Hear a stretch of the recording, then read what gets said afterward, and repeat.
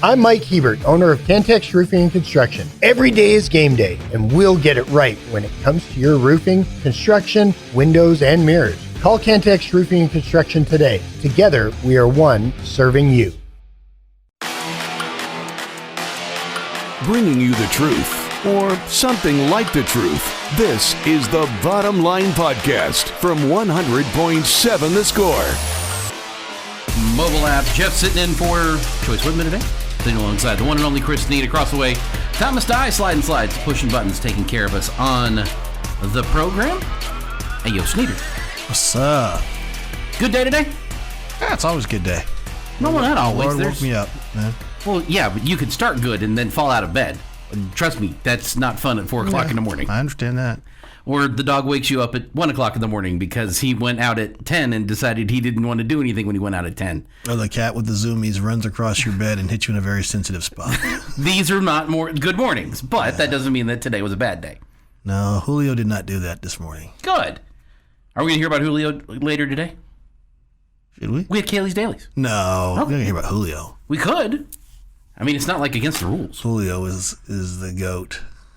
No, he's a cat. No, he is the GOAT. That is part of his name. The GOAT, Patrick Mahomes, R.I.P. Bubba, Raspy, Addy, Marcus, Julio, Cold Chillin', A Kicking, Cat the second. Indy's name is just Indiana. Yeah. We named the dog Indiana. That's all we did. It was fine. Well, you gotta have a cool name for your cat, and then the other cat's just named Paisley. So I don't want. There's a whole can of worms I don't want to get into there. Well, my cat has the long name, and then the wife's cat just named Paisley. Okay. Yeah. So you have to have a long cat name. I don't mind having a long cat name. I mean, yeah. I just call him Julio though. You've been here a few times when I've done this. Yes. With regards to looking at the chat line. Yeah. Before we get started on the show. What they were talking about last show? What they were talking about, and I'll be completely honest. Old Razzle Dazzle chiming in 15 minutes ago or so. I'll bring a jar of pickles and a 30-pack of Coors Lighties. I don't know what he's bringing them for. I don't know why he's bringing them. I mean... I'm not going to a jar of pickles and a 30-pack of silver bullets, man. I'm going to turn down the pickles. That's the start of a pretty fun night. I'm going to turn down the pickles, man. That's the start of a pretty... not me. That's the start of a pretty good night. And then followed by Bullfighter saying, wrong cheese on burritos is horrible. I agree with him. I don't want to know how they got in that conversation. Cheese on burritos? What kind of cheese? He says the wrong cheese. I don't know what the wrong cheese is. I don't want to know what the right American cheese on a burrito is bad. Depends on the burrito. Well, a bacon, egg, and cheese burrito would be good. Right. I don't want to know how they got to these topics. The American college student meal of choice, the bologna burrito. American cheese is acceptable. Is acceptable. Lived on those in college. There's a lot of things in college that I lived on that I probably shouldn't have. Well, you can go down to the local big box and get you a pound of bologna from the butcher, get you a big block of American cheese from the butcher, and you can go a long time. Oh, yeah. No. You can go a long time. Nothing prepared me more for working in media than being a college freshman. Yeah. Nothing. I from that point in my pantry, there has been a box of ramen noodles. It's not the staple, but there is always a box of ramen noodles in there that has varying degrees of use. Sometimes you just want cheap and easy chicken noodle soup. Yeah. Sometimes you just want a hot meal on a cold day. It has been used for lots of different things, but long story short, there is always a box of ramen noodles in my pantry. When I was a freshman and sophomore, my parents would give me $25, basically every 2 weeks for groceries. And I could get 20, I'd get 2 full bags of groceries for $26 basically. And it had everything I needed in there, even a few treats. And I was living in the dorm, but I mean, there were meals in the dorm. I had meal plan. I had the full meal plan. Oh, you did the full meal plan? Yeah. Come on, man. I was eating everything, man. I did the full meal plan my first semester. Yeah. Then we dialed it back. Yeah. I did the full meal plan all the time, and I took advantage of those meals. Oh, yeah. Yeah. Bullfighter lets us know what the conversation was and how it got started. Almost football season, which means tailgate food. If a certain listener were to cook, what would be some easy, not messy meals y'all might want to try during morning, afternoon shows? Y'all do. I'll probably do burritos on morning games and Little Smokies for afternoon games. I'll try not to poison yours, Clint. This was the Razzle Dazzle was bringing them up on tailgate foods. Okay. It sounds like that Bullfighter is wanting the return of the golden spatula. Well, the two people that were doing that have retired doing it. Well, do you remember who started the golden spatula? I do. I'm sitting right next to him. Yeah. I remember actually getting the gold Krylon spray paint out there and spray painting spatulas out there in the barn so we could give those away to people. And then the guy down the hall took it over. Sue hated that. She hated it? Oh, she hated that. The smell or the idea? She had to paint the spatulas. Oh, she had to paint those spatulas. I thought you were painting those spatulas. I went and bought that, and I may have well, I opted out after a while. She did it. She's a great wife. Well, this isn't for a debate. I mean, you and our friend Chuck Hines both outkicked your coverage by tenfold. Yeah. And you know what? Good on you, sir. Everyone has, unless she's a lying, cheating woman. Yeah, I did not outkick my coverage. Yeah. No, yeah. I'm not saying that she was lying or cheating, but I did not outkick my coverage. Yeah, most of us in life do. We, I mean, and there's guys that unfortunately, they some of us hit the lottery, and some of us got a sack of coal.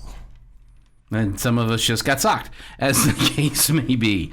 This got hit with that sack of coal. No comment. Hello, Mr. Snead from Steffi and Dimmitt. Hey, how are y'all? Friend of yours? I know people in Dimmitt. Well, you know people everywhere. Yeah. You're not quite Chuck Hines-esque. And I say this. Well, wait a second. No. I say this. Let me finish. You mean Chuck Hines is not Chris Snead-esque? No. I went to a Rangers game. Mm-hmm. Somebody there found out I was from Lubbock and asked if I knew Chuck Hines. I think I could probably top you. We were at Disney World in Florida. And somebody asked if they knew Chuck? No. I'm walking across. We just went through the castle thing. Got out the other side, and someone goes, Snead! And it wasn't a guy from Lubbock. It was a guy from Dallas. Well, you're a known commodity, sir. And Kaylee was like, we can't go anywhere without Dad knowing somebody. Kaylee, try having a mother for a teacher. All right, try having a teacher for a mother. There we go. Do it that way around. My sister and I have stories upon stories. But I promise that will be the end of that story. We will jump into the one and only headlines on the way. Plus, I've got a question for Chris Snead, for Thomas Dye, and the rest of the audience on their opinion on something. I don't know if something's bad. Could be good. Is it bad? I don't know if it's bad. That's why I'm asking you guys. We'll find that out coming up at 12:30. It's the bottom line. 100.7 The Score. Getting to the point, but taking the scenic route to get there. This is the Bottom Line Podcast from 100.7 The Score. It is the bottom line. 100.7 The Score, DoubleTSportsNetwork.com, and the 100.7 The Score mobile app. I do thoroughly enjoy when he writes in, because he's so nice about it. Dear Jeff, how are you? I'm fine. I am disappointed that we aren't playing TCU or Baylor this year. With that being said, and I'm going to do full stop here. Yes, Gordo, I have seen the tweet that you have sent out. I am not going to comment on what it is. But I want to acknowledge that it's a little weird. I want to acknowledge it's not my thing. I am also going to say I'm very glad that I don't have to cover TCU on a daily basis. Please tell Chris that I'm also a fan of the bathrooms, not a fan of the bathrooms at Danlaw Field. From Gordo. Thanks, Gordo. I know. Against my better judgment. No. I'm not going to say. I actually went and sought out this information. What are we doing here? I don't want to know. I'm perfectly happy. What are we doing? Not knowing. Snead, you make a great point. Stadium upgrades in college sports will be much less frequent going forward. NIL and player contracts will eat up a lot of money. Glad Tech got the expensive football upgrade done, and the USA is already a good venue. Yeah, and make no mistake, venues and facilities are still going to be important. But what you're going to stop seeing is upgrades to the fan side of that stuff and upgrades to the player and, player comfort, the creature comforts for the players. If you have enough to upgrade for your fans, that's great. And I think there's probably no one's talked to me. Kirby certainly hadn't called me up in there. And none of the ADs in the SEC or Big 12 or Big 10 have called up and said, "Hey, Snead, what do you think of this?" But, from the outside looking in, it looks to me as if they're going to place their precious resources in any place, they're going to place those in facilities. They're going to be taking care of the player side rather than the fan side. Right. That's just how that rolls right now. And sure, all the venues of these cathedrals of athletics are going to still be there. But the fact of the matter is, the arms race isn't for the biggest stadium anymore. It's going to be for how much we can get into our NIL and how much can we funnel towards these players, because the players know they're going to get paid. Between the NIL, between the revenue sharing, which is, it's already met it's already starting to meet legal confrontations. Imagine that. Yeah. Wait, you mean lawyers are involved? No way. Yeah. Okay, so I got a crazy question for everybody involved. Okay, crazy answer. For Thomas, for you, for our listening audience, everybody can answer this question. Because I don't know the answer for sure.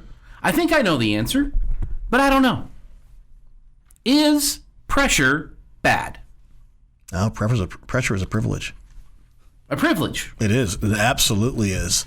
And you've heard Joey say that this year. Mm-hmm. He wasn't the first to say it. That's been floating around for decades. No, I'm sure.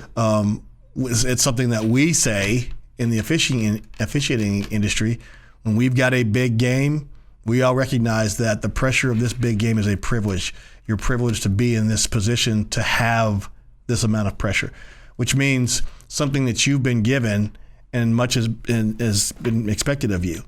And so at that point, there is pressure for you to perform in a big spot. And so you have to recognize that it is a privilege for Joey to have this much pressure, because guess what? They could not invest the amount of money they did in NIL to bring you these players, to give you the opportunity to compete at this level for a chance to go to the Big 12 championship this year. They could just say, no, we're not going to do that. Thomas.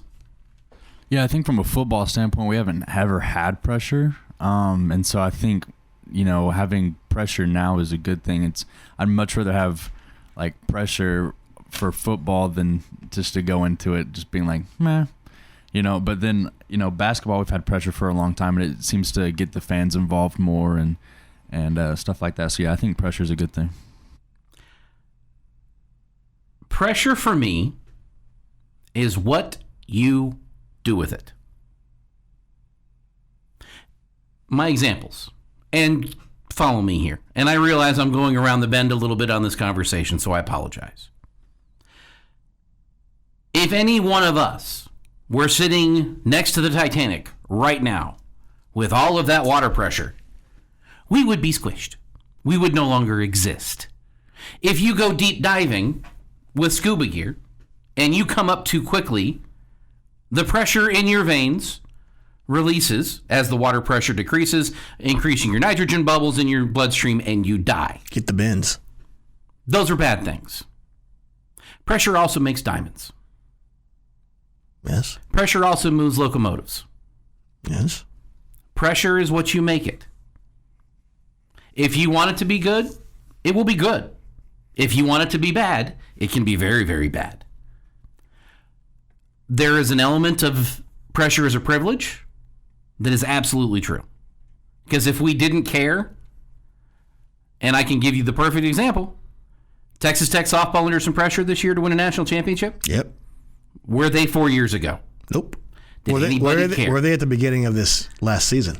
Oh, there was a little before the end of the last season. No, I think that was an internal goal, and as late as the middle of the conference season, they were trying to get people to come out and watch softball games, and and shame on all of us. I mean, I went to one, but they weren't under any pressure to win. I mean, they had a great pitcher, and she was doing what they expected her to do. Pressure for softball didn't really start to mount until they got to the postseason and were running through the regionals and the super regionals. Then pressure started mounting for that team because all of a sudden the world paid attention to them and what they were doing in silence. And they were getting a couple of hundred people out to watch the games. Maybe every once in a while they'd fill up the Rock and they'd get a big crowd out there for a weekend series. But for the most part, they weren't having to play in front of a lot of pressurized situations. No. But when they got to the postseason and they played, we went out to Arizona and they won 2 out of 3. Big pressure situation there. But it wasn't like every week they were doing that. But when the world, and I'm talking about when Texas Tech started to care, then it became a pressure situation. The other thing that goes with pressure is there is a release valve. Pressure can be released. It can be sent out into the atmosphere and vaporize. How can pressure be released in a sporting context? Play really well. Do the things that we're expecting you to do. Pressure gets released. Everybody goes home happy. That's usually released with a win. Yeah. But we have also seen where pressure can increase after a win for some silly reason because you didn't win by enough. If you're a negative pressure the style guy. points argument. Yes. And but here's when they won the second game of the final series against Texas, the pressure went up again because now who's going to start the next game? Is it going to be Nigeri? Can Nigeri throw another game? Is she too tired? Is she too sore? And the pressure built and mounted, and I mean you very well built a lot of extra pressure in that last game from a win. So again, I'm asking the question to the audience. Is pressure bad? I still say no. Get your thoughts in. Yates Flooring Center chat line. Also, I have some good news, I think. Did I hear my phone go ding a second ago? I did not. Well, I did, but it was for something completely else. That doesn't help me. We should have Kaylee's Dailies on the way. Well, it's the same time. We will have a Kaylee's Dailies here. They're just not here yet. She and I have corresponded today, so yes. I am tired of the pressure is always bad conversation. And there's a lot of that. It depends on the kind of pressure being applied. If you're a coach let's say this. You're a coach who needs to get to a bowl game to save your job. That's a different kind of pressure than a pressure of a team who has all the resources that needs to get to a conference championship game. And expectations. Okay, let's just say this. We had the expectations to get to the conference championship game this year. We expect that I think we're going to go 11-1 or better. If you go 10-2 or you go 9-3 and you don't get there, but you have in most minds people, a tremendous season. Because 9 wins in most years would be doing backflips. But not this year. No. Different kind of pressure. Bottom line, 100.7 The Score, DoubleTSportsNetwork.com.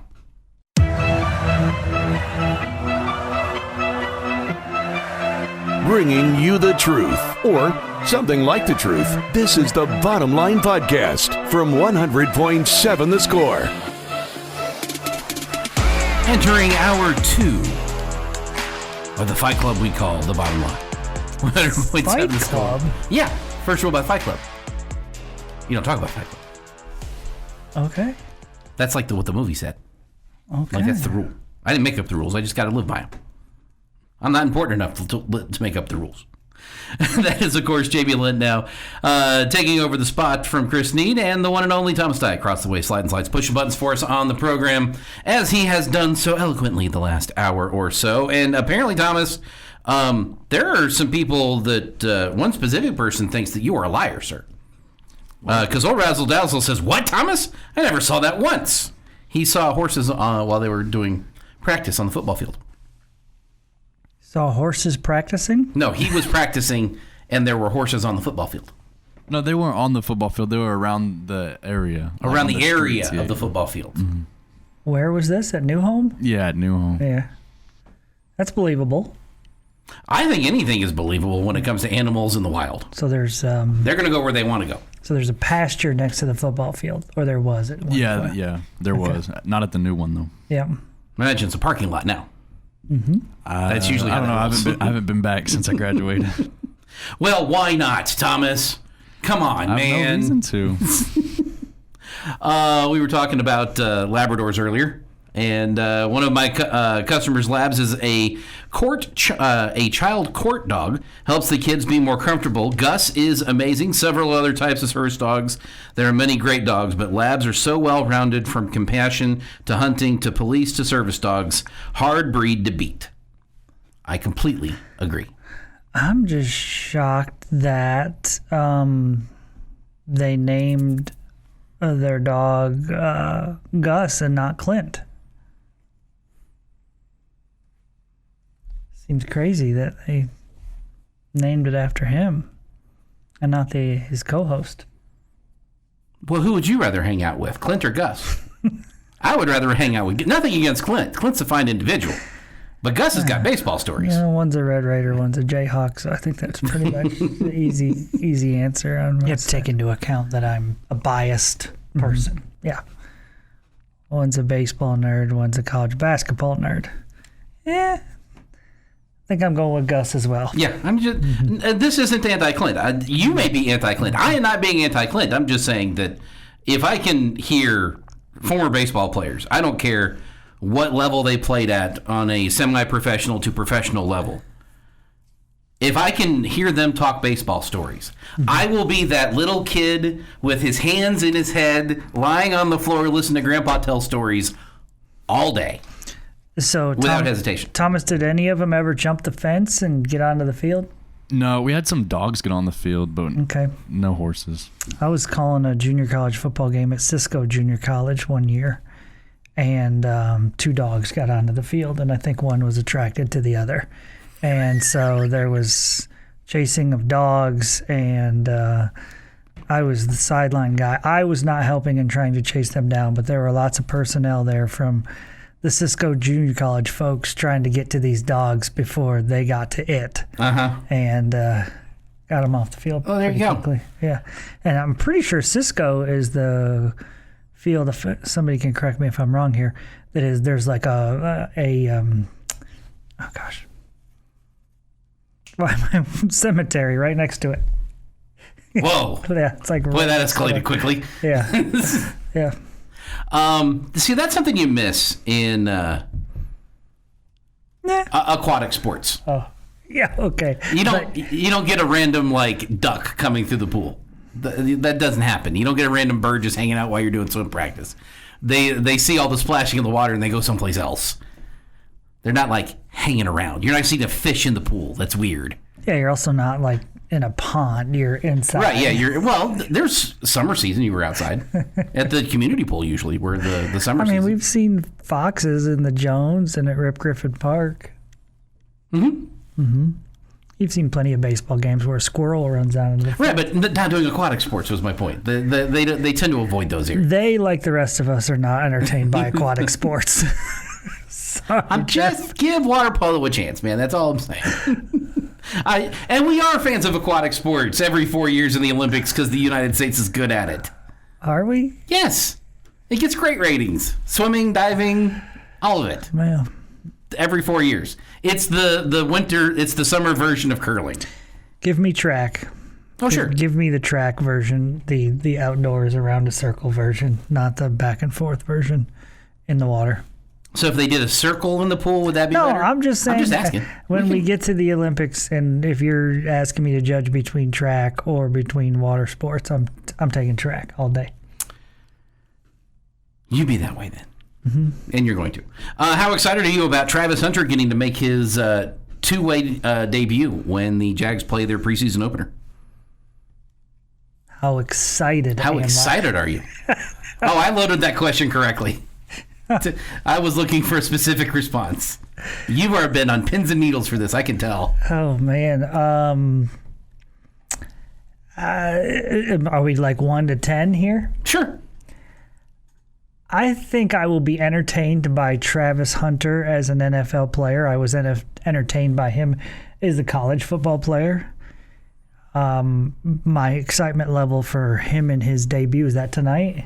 Preseason opener. I don't know if it's not. It could be this weekend. Okay, it's probably this weekend. Probably this weekend. I wouldn't say it's very high.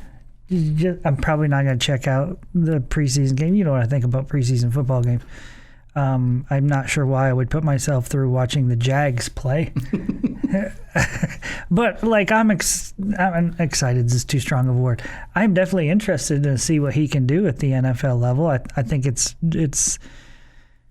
Ohtani's been fun for Major League Baseball as a two-way player, and he's a fun guy to watch. So really appreciate his skill set and really impressed and all that. So, I mean, he is from the Deion Sanders, coaching tree, so to speak, or just whatever group.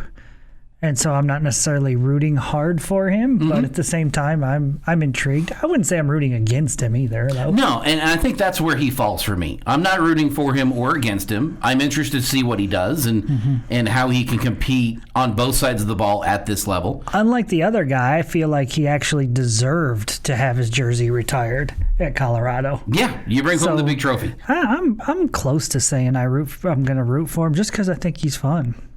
That's Saturday at 6, by the way, for everybody other than Jamie, because Jamie already had it circled on the calendar. Yes, there's no doubt. I got it. Got my DVR set to record. I mean, Deion did a little of this when he was with the Cowboys, where he was a wide receiver for a few plays while he was also defensive back. I wonder where his split is going to be offense-defense. I think he'll play way more offense than Deion did. Yeah? Yeah, because I think Deion was maybe... I bet Deion was during that time. It feels like he was taking maybe 10% of the offensive snaps, if that. Yeah, I would assume that Travis Hunter is going to be closer to half of the offensive stats. I could be wrong. I could be wrong. But I will have to catch that for highlights because I will be busy with the Cowboy game and crying in my leftover pizza from Friday night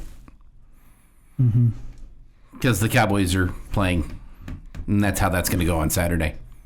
But then I'll get Rangers baseball, so everything will be fine again. There you go. It's the positive things in life. It's the bottom line. 100.7 The Score.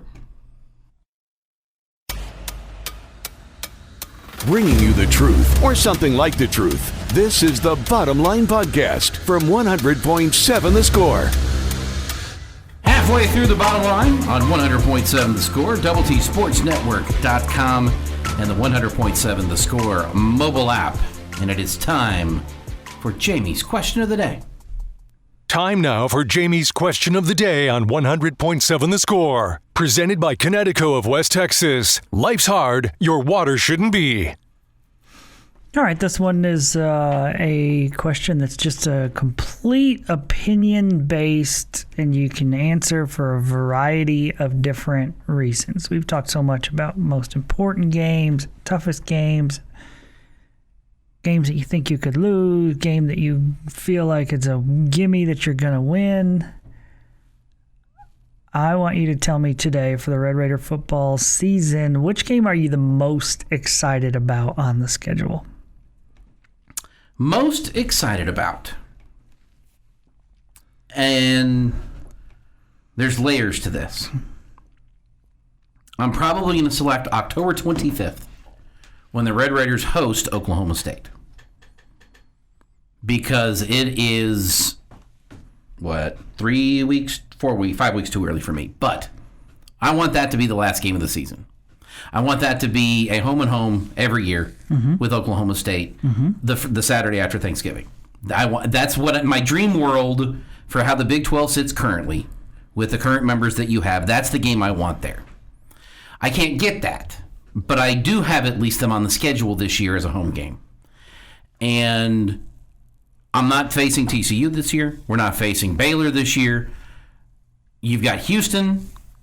That's the extent of the Texas rivalries that you've got. When it comes to the old Big 12 teams, Oklahoma State, Kansas State, that's who you've got on your schedule this year. Otherwise, everybody else is either new to the Big 12 or non-conference.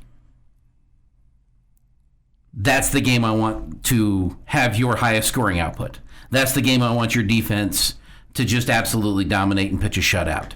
That's my rivalry game this year. It is the one I am most excited for. Okay. Because I think all those things can happen. Thomas. I'm going to say Oregon State just because it's our first real competition. But if we're talking conference, I'm going to say at Arizona State. I think road game? At Arizona State because, they have their chip on their shoulder for wanting to beat us, and I kind of want to put them in their place.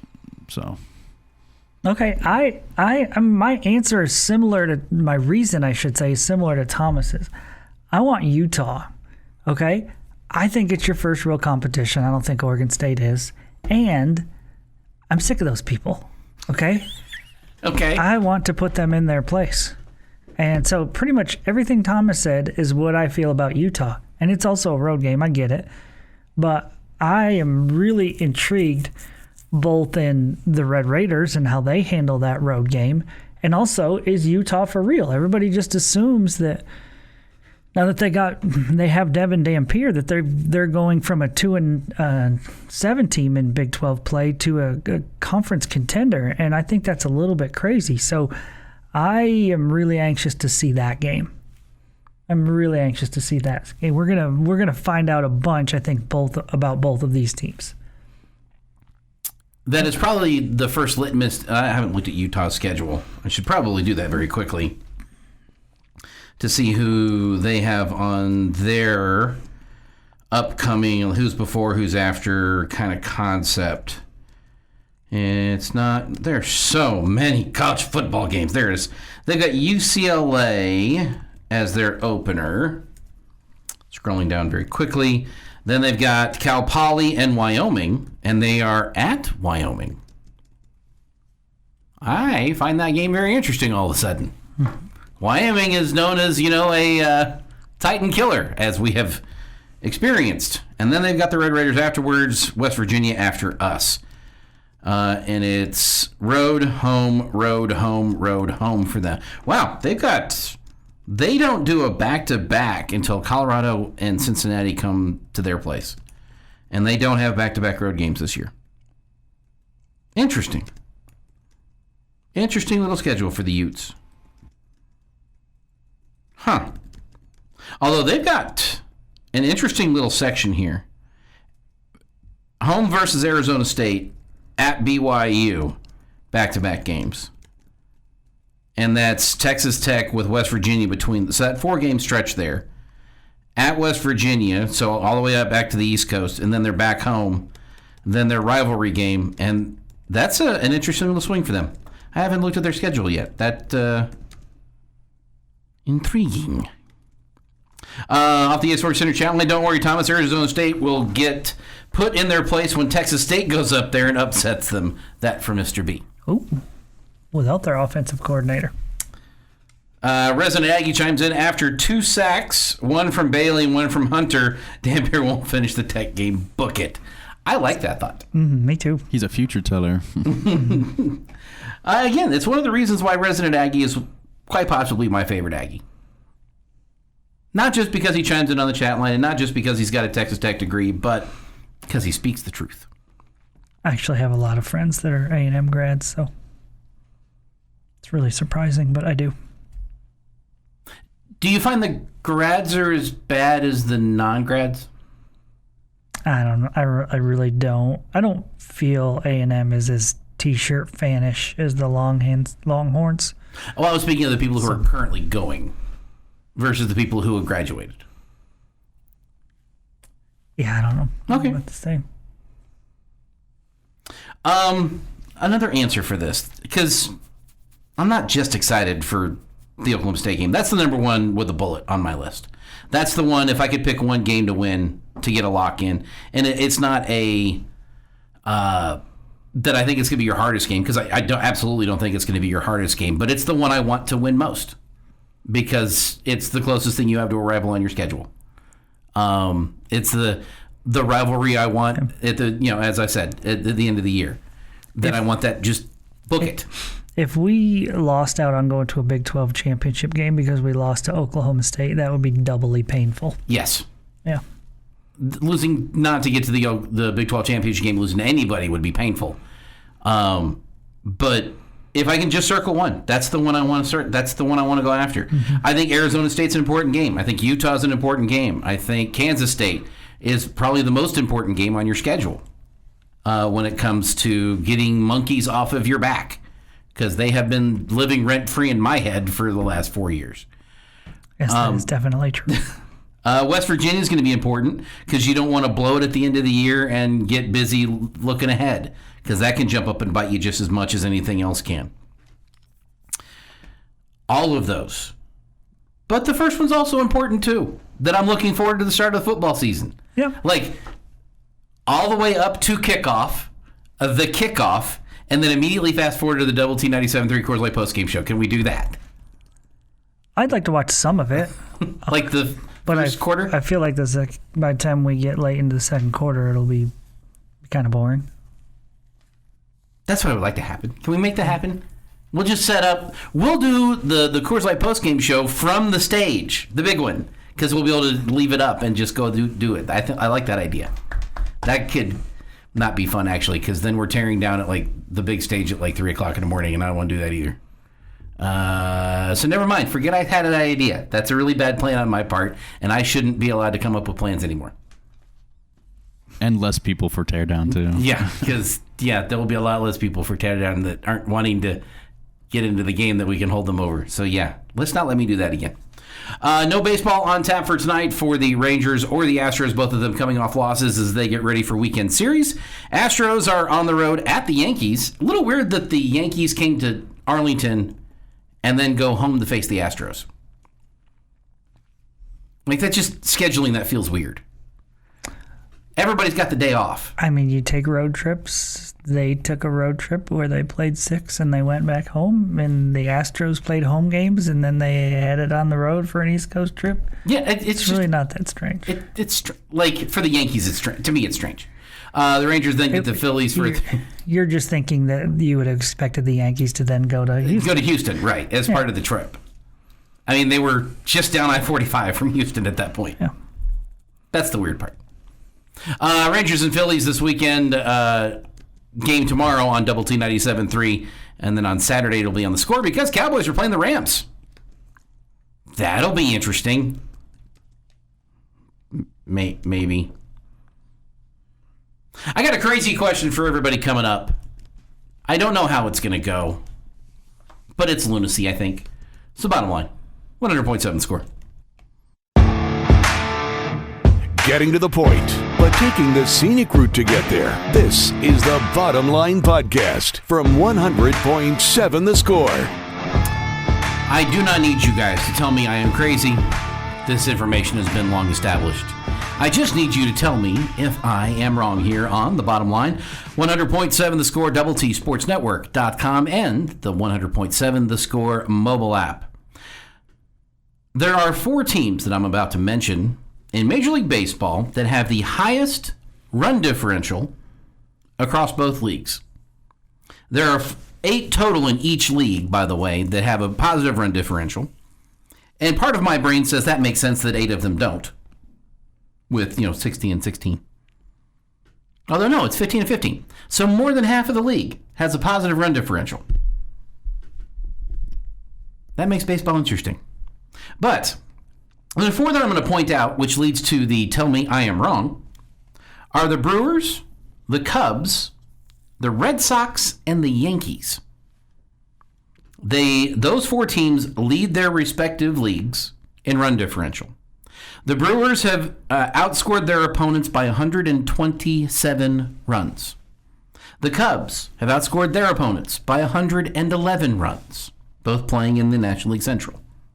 The Red Sox and the Yankees are both above 80. Yankees at 88, Red Sox at 81. So the statement that goes with this, of the Tell Me I Am Wrong, is your American League Championship Series will be the Boston Red Sox and the New York Yankees. You're wrong. Is that just because you're a Yankee? The Yankees have not been playing well. They got a win yesterday. And that the National League Championship Series will be the Brewers and the Cubs. I think you're exponentially wrong on both. Okay. I just don't see a way that either the Phillies or the Dodgers are not in the NLCS. I don't think Boston has enough, but possibly they make it there. The Yankees are a broken roster. Okay. I mean, they may be plus 80 now, but that was all at the beginning of the season. They've been one of the 2 or 3 worst teams in baseball over the last month and a half. It's not a bad stretch. They're a bad team. Thomas? There's no way they're in the ALCS. They'll have a hard time getting to the playoffs.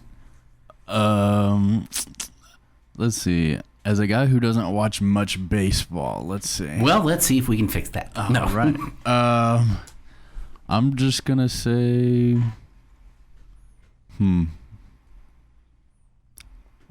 Sure, you're right. Yeah. Suddenly, I'm not so confident about my thought. It's just a yeah, whatever. I mean, the 2 teams that you picked in the American League are not leading their division. Nope. One of the 2 in the National League is not leading their division. I think you're putting too much stock in the run differential thing, because I think there's something to be said, like a team that's leading their division. The Rangers of, I can't even remember what year it was, were this way. They were division winners, but at the end of the season, they were less than plus 10. Yeah. They won a lot of one-run games. A lot of one-run games. Okay? I think that's fair to worry about a team like that. Say, oh, hey, well, they've won a lot of games, but they got close. Probably means they have a really good bullpen, too. But there's something to be said for a team that on any given night, their offense puts up big numbers and they win, with a large margin, but can't win close games. And, I mean, that feels like if you're talking about the Yankees, that's the way you're describing them. I think Milwaukee is a really good team. I think the Cubs are a really good team. Okay? I think either one of them, it wouldn't shock me if they were in the NLCS. But to think that neither the Phillies or the Dodgers was there, that would shock me. Run differential can be, at times, misleading. As good as the Dodgers' 66-49 record is, and it is good. It is a record any team in baseball would love to have. It's a major disappointment. It's a major disappointment for what was expected with that roster. Mm-hmm. And it's not they've had their injuries like everybody else has had, but that's still a loaded roster that has just completely underperformed. As I say this, as they're sitting atop their division by 2 games. I was going to say completely underperformed. I mean, they're still leading the division. But for expectations. And I'm not saying that they were going to win 182 games. Or 162 games, excuse me. That's good because they don't play that many. But to be of the leaders in the National League, they are a half a game ahead of the Cubs for overall record. They are 4 games, doing quick math on the air is never a good idea, behind the Brewers. And 3.5 games behind the Phillies. That's behind. I'm sorry, game and a half up on the Phillies. My bad. Counted that backwards. It's just a half game. I got to quit looking at the number before it. Yes, half game. Sorry. Same number of losses, one win. Right. Half game. They should, the way that roster was put together and the expectations for the Dodgers ahead of the season, while I would say that the Padres could be a close contender with them because they've also thrown a bunch of money at their roster, those two should be 10 games up higher than what they are currently, for expectation-wise. And neither one of those teams has done what we expected them to do. Yeah, fair enough. But all you got to do is get in. And once you get in, more times than not, the most talented team or the team that's hot at the right time wins it. Oh, absolutely. They're definitely going to be the most talented, unless they have a array of injuries. But can they get hot? I think that's absolutely possible. I mean, you could probably go a long ways without guessing, who the top team in all of baseball is with wins. Who's the only team in the league with 70 wins? Probably most people would make a lot of guesses before they got to the Milwaukee Brewers. Yeah. Make a lot of guesses before you got to the Brewers. And if you told me that the Cubs were as close behind them as they are, it's not like the Brewers were running away with their division. Cubs are right there with 4 games back. It's just, am I putting too much stock in it? I will accept that argument.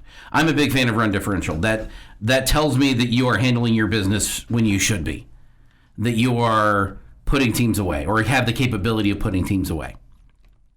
And the fact that the Cubs and the Brewers are in the triple digits in this.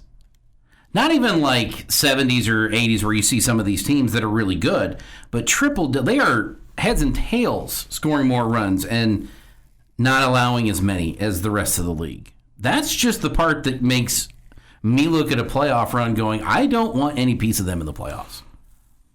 Or maybe it's that they play in a terrible division and the teams that they get to play a lot are not very good. But that's been balanced out so much. Well, you still play more against your division than you do anybody else. Sure.